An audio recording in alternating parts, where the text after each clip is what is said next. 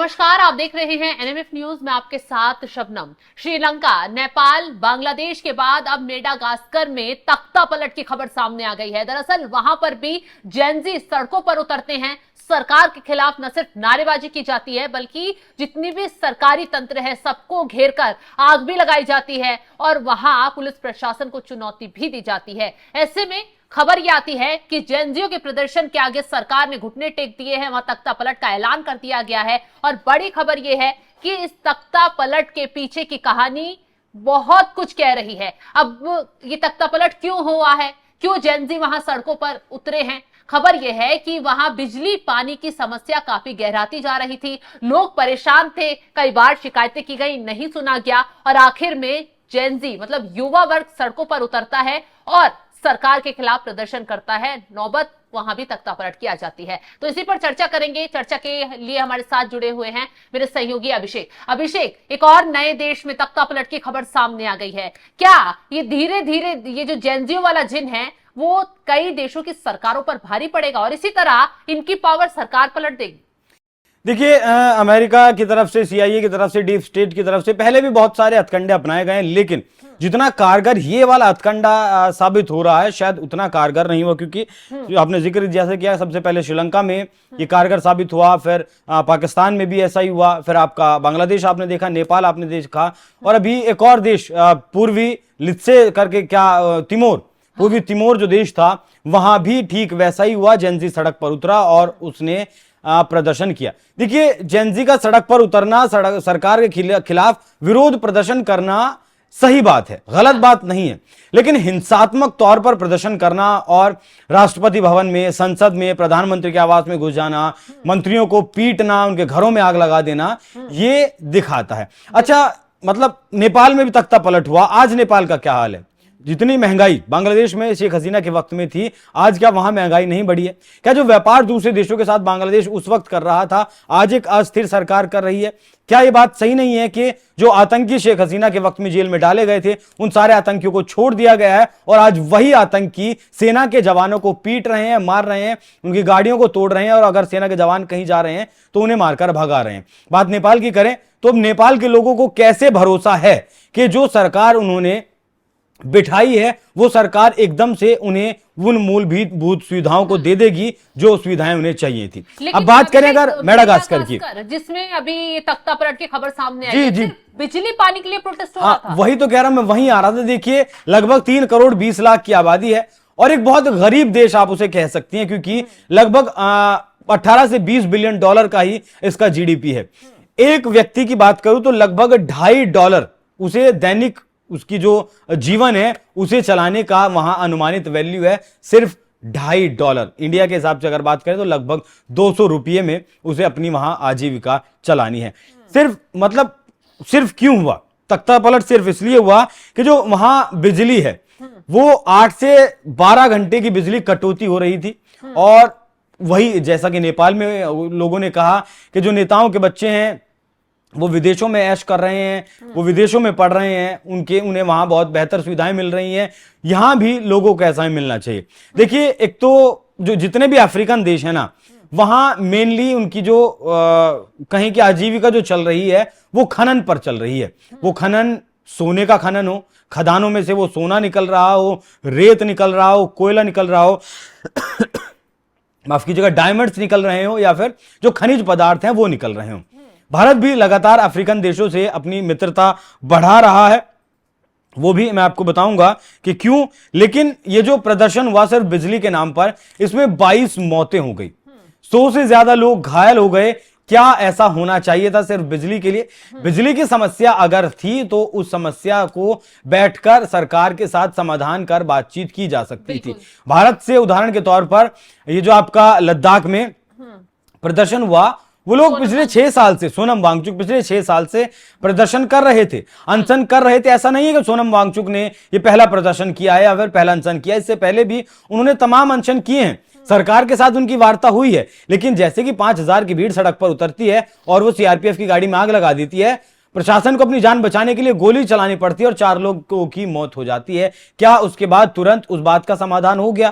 क्या जो उनकी मांग थी कि उन्हें पूर्ण राज्य का दर्जा दिया जाए और लद्दाख को संविधान की 6ठी अनुसूची में शामिल किया जाए, क्या वो एकदम से हो गया? नहीं हुआ। उसके बाद भी वहां वो जो LAB है, जो कमेटी है लद्दाख में, उसे उस कमेटी से ही बात करनी है, जिस कमेटी का, हाई लेवल कमेटी का सरकार ने गठन किया हुआ है। हाँ। 6 अक्टूबर को उनसे बात भी होनी थी। अभी भी तख्ता पलट करके इस्तीफा मांगकर राष्ट्रपति का, हालांकि वहां की जो राष्ट्रपति हैं उन्होंने अपनी पूरी कैबिनेट को बर्खास्त कर दिया है, प्रधानमंत्री को भी इस्तीफा देने के लिए बोल दिया गया है, और उसका कारण यही रहा। आने वाली जो सरकार आएगी, क्या वो बिजली का समाधान एकदम से कर देगी?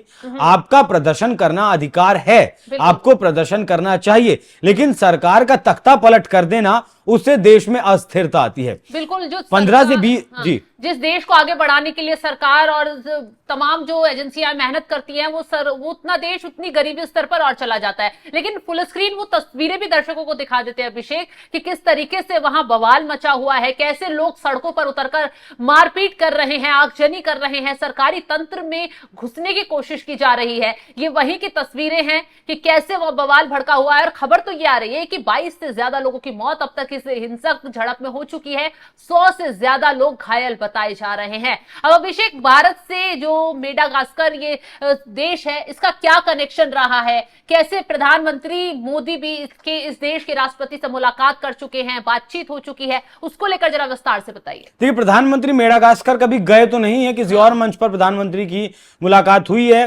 औपचारिक आंकड़ा है, मतलब आधिकारिक आंकड़ा नहीं है। 15 से 20 हजार भारतीय यहाँ रहते हैं। कुछ व्यापारी वर्ग है, ज्यादातर व्यापारी वर्ग है जो वहां व्यापार करता है। 15 से 20 हजार लोग हैं।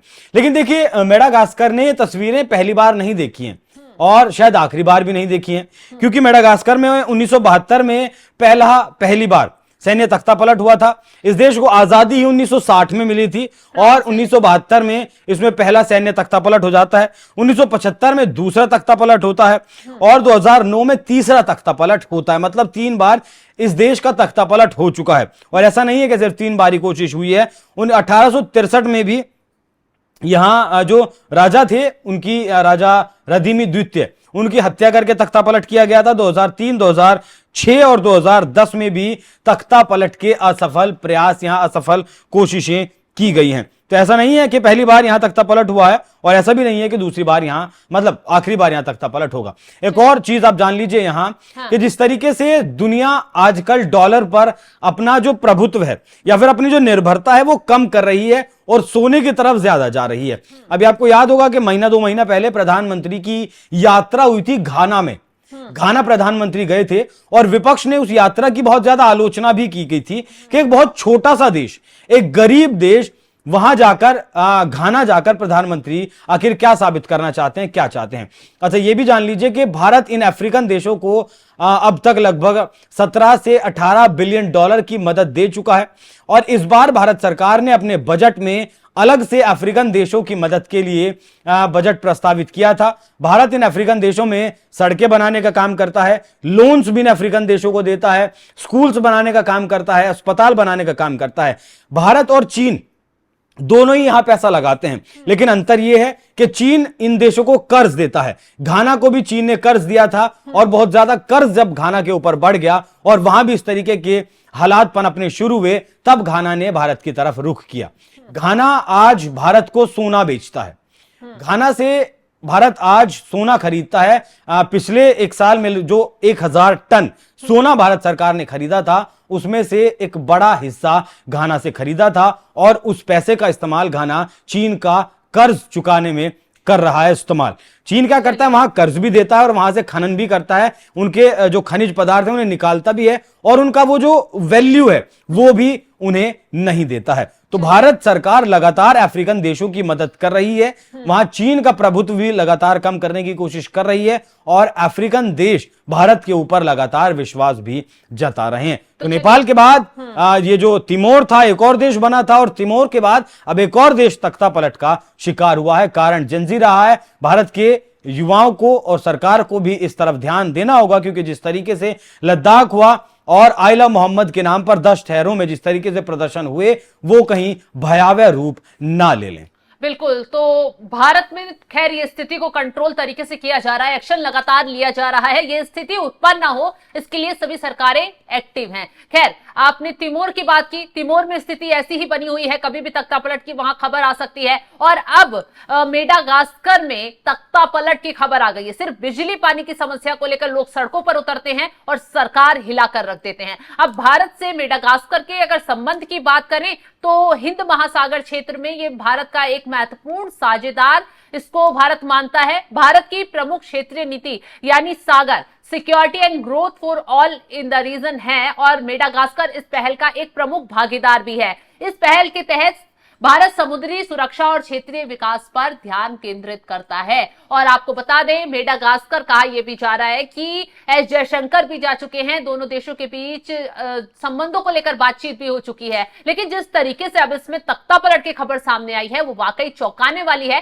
क्योंकि जेनजियो की ताकत ने कई देशों की सरकार को हिलाकर रख दिया है और बता दिया है कि अगर वो नेताओं को सिंहासन पर बिठा सकते हैं तो चंद मिनटों में उनकी ताकत उनके सिंहासन को हिला भी सकती है। तो फिलहाल इस खबर को लेकर आप क्या राय रखते हैं कमेंट बॉक्स में जरूर बताइएगा। तमाम बड़ी खबरों की अपडेट के लिए आप हमारे साथ जुड़े रहें। नमस्कार।